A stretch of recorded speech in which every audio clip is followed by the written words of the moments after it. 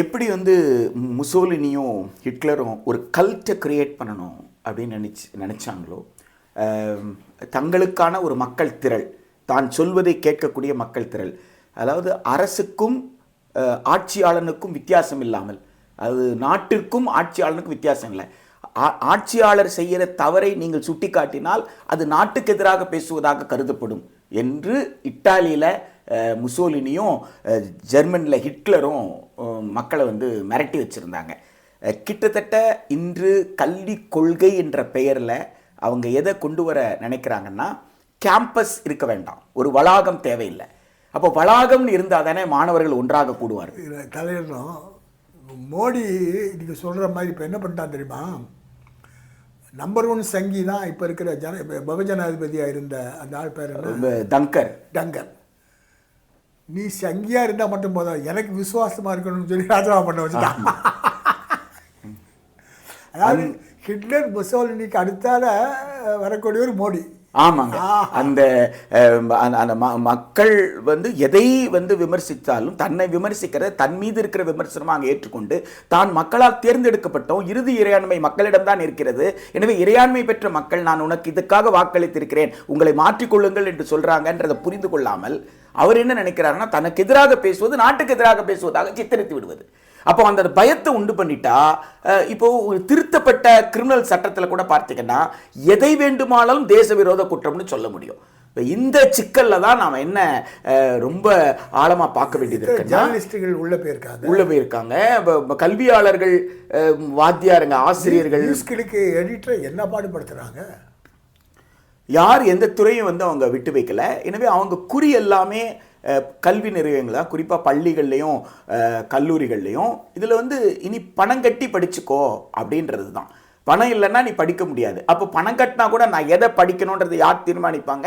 சந்தை தீர்மானிக்கும், மார்க்கெட் தீர்மானிக்கும். மார்க்கெட்டுக்கு யார் வேண்டுமோ அந்த ப்ராடக்டை மார்க்கெட்டை உற்பத்தி பண்ணிக்கும் அப்படின்ற திசையை நோக்கி போவது தான் இன்றைக்கு இருக்கக்கூடிய மிகப்பெரிய ஆபத்தாக நாம் உணர்கிறோம். இதற்கு ஒரே மாற்று மாநில அரசுகள் விழித்தெழுவது தான். மாநில அரசுகள் விழித்தெழுந்து அரசமைப்பு சட்டத்தின்படி மொத்த அதிகாரமும் ஒன்றிய அரசிற்கு கல்வித்துறையில் கொடுக்கப்படலைன்றதை உணரணும். இன்னும் அது பொதுப்பட்டியல்னு சொல்லப்படுற ஒப்பிசைவு பட்டியல்லையும் மாநில பல்கலைக்கழகம் இன்னைக்கு தேதி வரைக்கும் மாநில பட்டியலில் தான் இருக்குது. கல்வி பொதுவாக ஒப்பிசைவு பட்டியலில் தான் இருக்குது.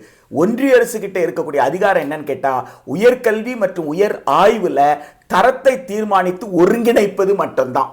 எனவே கல்வி குறித்து எல்லாவற்றையும் ஒன்றிய அரசு எடுக்க முடியாது என்கின்ற இன்றைய அரசமைப்பு சட்டம் திருத்தப்படாமல் இன்று வரைக்கும் பாதுகாக்கப்பட்டிருக்கிற இந்த அரசமைப்பு சட்டத்தின்படி மாநில அரசுக்கு உரிமை இருக்கு.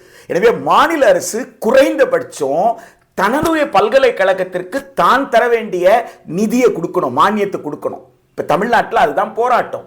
மாநில அரசு கொடுக்க வேண்டிய நிதியை மாநில அரசு பல்கலைக்கழகத்துக்கு கொடுக்கலன்னா வேற யாரு கொடுப்பாங்க? அப்ப அது செல்ஃப் சப்போர்ட்டட் கோர்ஸா மாறிடுச்சுன்னா திரு மோடி என்ன எதிர்பார்க்கிறாரோ அது தானா இங்க நடந்து போயிடும் அப்படின்றதுதான். அப்போ பள்ளிகளுக்குள்ள ஒரு ஏற்றத்தாழ்வை வச்சிருக்கீங்க. தகைசால் பள்ளி, மாதிரி பள்ளி, பள்ளின்னு சொல்லி ஒரு சிக்கலை உண்டாக்குறீங்க. சமமான கற்றல் வாய்ப்பை கொடுங்க. அதுதானே கூறு 14 சொல்லுது, ரைட் டு ஈக்குவாலிட்டி. கூறு 21 என்ன சொல்லுது அரசமைப்பு சட்டத்தில்? உயிர் வாழ்வதற்கான உத்தரவாதம். உச்சநீதிமன்றம் என்ன சொல்லியிருக்கு? உயிர் வாழ்வதற்கான உத்தரவாதம்னா கண்ணியமிக்க வாழ்க்கை வாழ்வதற்கான உத்தரவாதம். அது எப்படி ஒரு சித்தப்பா பையன் மாடல் ஸ்கூல்ல படிப்பாரு, இன்னொரு பையன் தகைசால் பள்ளி, எம் பையன் பள்ளியில படிப்பாரு அப்படின்னா அது ஏன் என்ன கொண்டு போய் மாதிரி பள்ளியில சேர்க்கலன்னு என் புள்ள கேட்க மாட்டானா? அப்போ ஒரு ஏற்றத்தாழ்வு மிக்க சமூகம், அந்த ஏற்றத்தாழ்வு மிக்க சமூகத்தை பிரதிபலிக்கிற மாதிரியா ஒரு கல்வி அமைப்பு, இது எதுவுமே ஒரு நியாயமான அணுகுமுறை இல்லை. எனவே திரு மோடி தலைமையில் இருக்கிற இந்த அரசு, ஒன்றிய அரசு விரும்புவது என்னன்னு கேட்டா, கல்வியை மறுத்தால் ஜனநாயகம் வலுவிழக்கும். இப்ப ஜனநாயகம்ன்றது என்ன?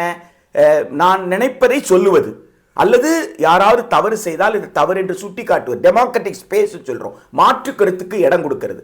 இப்போ அந்த மாற்று கருத்துக்கான இடமே கிடையாது, கேள்வி எழுப்புவதற்கு வாய்ப்பே இல்லைன்ற அளவில் யாருக்குமே ஜனநாயகம் என்றால் எனக்கு புரியாத அளவிற்கு, கல்வி இழந்தால் ஜனநாயகம் இழப்போம், ஜனநாயகம் இழந்தால் தனி மனித சுதந்திரம் போயிடும். அப்போ தனி மனித சுதந்திரம் போயிட்டா we will not be citizens, we will just be subjects. நாம் ஒரு நாட்டில் வாழ்கிறோம். இப்போ அரசு என்ன சொல்லுதோ அதை கேட்பது தானே தவிர வி ஆர் சாவரன் சிட்டிசன் சொல்கிறோமே, அந்த சாவரனிட்டி அப்படின்ற நம் மக்களிடம் இறுதி இறையாண்மைன்னு சொல்கிற அரசமைப்பு சட்டம், இந்திய அரசமைப்பு சட்டம், அந்த இறுதி இறையாண்மை பெற்ற இந்தியர்களாக நமக்கு இருக்கக்கூடிய அந்த பண்பு நலன்கள் இல்லாமல் போகக்கூடிய ஒரு மிகப்பெரிய ஆபத்து இருக்குது. இந்த ஆபத்தை உணரணும். கல்லூரிகளில், பள்ளிகளில் ஆசிரியர்கள் நிரந்தர பணியிடத்தில் நியமிக்கப்படாமல் தற்காலிக ஊழியர்களாக நியமிக்கப்பட்டிருக்கிறது. இயல்பான மொழியில் சொல்லணும்னா அத்துக்கூலிகளாக ஆசிரியர்களை வைத்திருப்பது, இது எல்லாமே கல்வியல் சூழலுக்கு நல்லது கிடையாது. கல்விக்கு தான் அதிகமாக பணத்தை செலவு பண்ணணும். மக்கள் எல்லா பொருளுக்கும் எல்லா சேவைக்கும் வரி கட்டுறாங்க. இந்த வரி வேற எதுக்கு கட்டுறாங்க?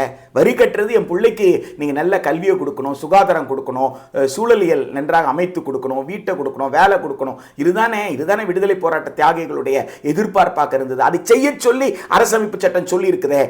கூறு 41 என்ன சொல்லுதுன்னா, அரசின் பொருளாதாரம் மேம்பட அரசு கல்வியை உரிமையா கொடுக்கணும்னு சொல்லி இருக்கு. இன்னி வரைக்கும் கூறு 41 இருக்கு. அப்ப அரசின் பொருளாதாரம் மேம்பட்டது உண்மை என்று சொன்னால் கல்வியை கட்டணமில்லாமல் கொடுப்பதற்கு பதிலாக, உரிமையா கொடுப்பதற்கு பதிலாக கல்வியை இனிமேல் அரசே கொடுக்காதுன்னு சொல்றதுன்றது எப்படி நியாயமா இருக்க முடியும்? அது அரசமைப்பு சட்டத்திற்கு எதிரான ஒரு செயல்பாடு இல்லையா?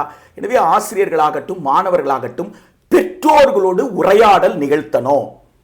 CITU தொழிற்சங்க மையத்தில் பணியாற்றக்கூடிய ஒரு ஆட்டோ தொழிலாளியாக இருக்கலாம், அவர் கட்டுமான தொழிலாளியாக இருக்கலாம், அவர் மின்னூழிய தொழிலாளியாக இருக்கலாம், போக்குவரத்து தொழிலாளியாக இருக்கலாம். என்ன சொல்லணும்னா, ஐயா CITU மெம்பர் பேரண்டியா, பெற்றோரியா?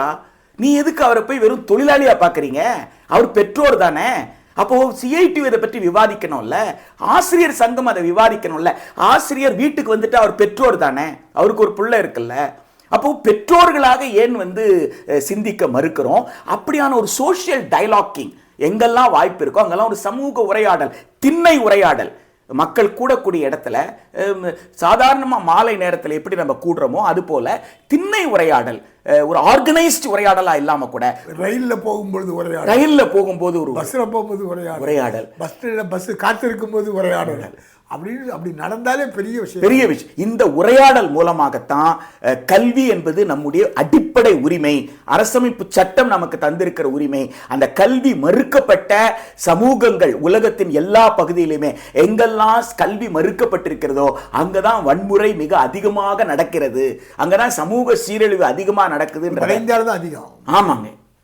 ஸோ அப்போ அந்த நிலைக்கு இந்தியா போயிடக்கூடாது அப்படின்னு சொன்னா, 75 ஆண்டுகளாக நாம் விடுதலை பெற்றதிலிருந்து பல்வேறு போராட்டங்கள். நீங்க EMS சொல்லாம இந்த உரையாடலை முடிக்க முடியாது அப்படின்னு நான் நினைக்கிறேன். ஏனென்றால் தேர்ந்தெடுக்கப்பட்ட ஒரு கம்யூனிஸ்ட் அரசு எதை செய்யணுமோ அதை செய்யும் என்பதை நிரூபித்தவர் தோழர் EMS அவர்கள். கல்வி உரிமை சட்டம்னு சொன்னா அவங்க கொண்டு வந்த கேரளா எஜுகேஷன் பில்லு தான். எனவே கல்வியை கொடுக்கிற பொறுப்பு அரசுக்கு இருக்கு அப்படின்னு சொன்னதுதான் கம்யூனிஸ்ட் இயக்கம். அந்த தொழிலாளி வர்க்கத்தினுடைய அந்த குணாம்சத்தை நாம மக்களோடு உரையாடல் நிகழ்த்தினால் நிச்சயமாக மக்கள் விழித்திருவார்கள். ஆல்பர்ட் ஐன்ஸ்டீன் சொல்லுவாரு, யாருக்கு தகவல் பெறக்கூடிய வாய்ப்பு இருக்கிறதோ அவர்களுக்குத்தான் நடவடிக்கை எடுக்க வேண்டிய கடமை இருக்குன்னு சொல்றார். One who has the privilege to know has the duty to act ன்னு சொல்றாரு.